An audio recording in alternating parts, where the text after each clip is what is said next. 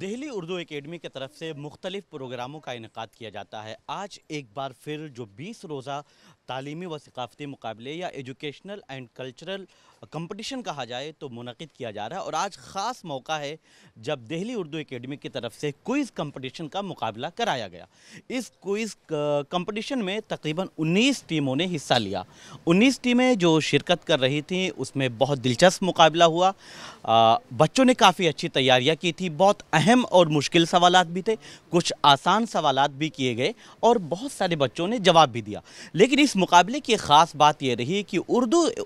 جو دہلی اردو اکیڈمی ہے وہ بہت شفاف طریقے سے، اوپن طریقے سے یہ مقابلہ کراتی ہے اور نمبرات سامنے درج کیے جاتے ہیں۔ دیکھ سکتے ہیں کہ بورڈ پہ وہ تمام نمبرات درج ہیں کہ جب بچے سوال کا جواب دیتے ہیں فوراً حکم صاحبان کی اجازت کے بعد وہ نمبر درج کر دیتے ہیں۔ اس لیے جو ٹیچرز موجود ہوتے ہیں، اسٹوڈنٹس موجود ہوتے ہیں، وہ سب بہت آسانی سے اور شفاف طریقے سے اس پورے مقابلے کو دیکھتے ہیں۔ اس خاص موقع پر ایک خاص بات یہ رہی کہ پہلی پوزیشن جو ہے وہ 2 ٹیموں نے حاصل کی، اس میں ایک جامعہ مڈل اسکول اور نیو رائزن اور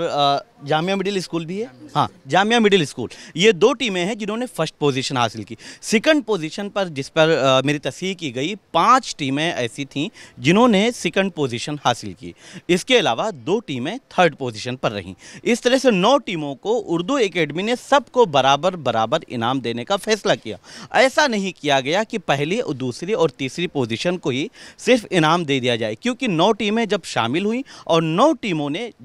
مقابلے کو جیتا یا فاتح رہیں تو ان کو ایوارڈ دیا گیا، ان کو انعام سے نوازا گیا۔ اب اس پورے معاملے کی جو اردو اکیڈمی کی سرپرستی ہمیشہ کرتی ہیں اور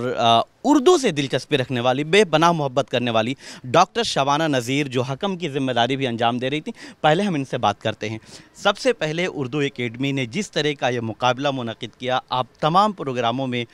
تقریباً شامل رہتی ہیں، کیا کہیں گی؟ میں یہ کہنا چاہوں گی کہ اردو اکیڈمی کے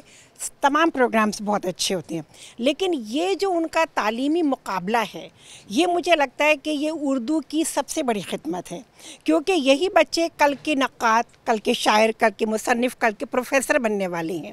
تو ہم ان بچوں کی جو تربیت کر رہے ہیں، یہ اردو اکیڈمی سب سے بڑا کام کر رہی ہے۔ ان بچوں کو نہ صرف یہ کہ ہم اس بات کے لیے آمادہ کرتے ہیں کہ وہ اپنے آپ کو کوئز کے لیے، معلوماتی مقابلے کے لیے تیار کریں، بلکہ ان بچوں کے اندر ہمیں خود اعتمادی کا جذبہ پیدا ہوتا ہے کہ یہاں پر آ کے بچے اسٹیج پر بولتے ہیں، ہم انہیں یہ انکریج کرتے ہیں، ان کو یہ اس بات کی حوصلہ افزائی کی جاتی ہے کہ صحیح غلط کچھ بھی آپ بولیے، اور بچوں کی یہ تربیت جو ہے یہ ان کی شخصیت سازی کے لیے بے حد ضروری ہے۔ ایک خاص بات کہ جو سوالات تیار کیے جاتے ہیں، جو سوالات بچوں سے پوچھے جاتے ہیں، اس کا پیمانہ یا پیٹرن کیا ہوتا ہے؟ وہ سوالات زیادہ تر نہیں بلکہ بالکل ہی یہ ہے کہ ان کی کتابوں کو مد نظر رکھ کے پوچھا جاتا ہے۔ یہ ضرور ہے کہ ہم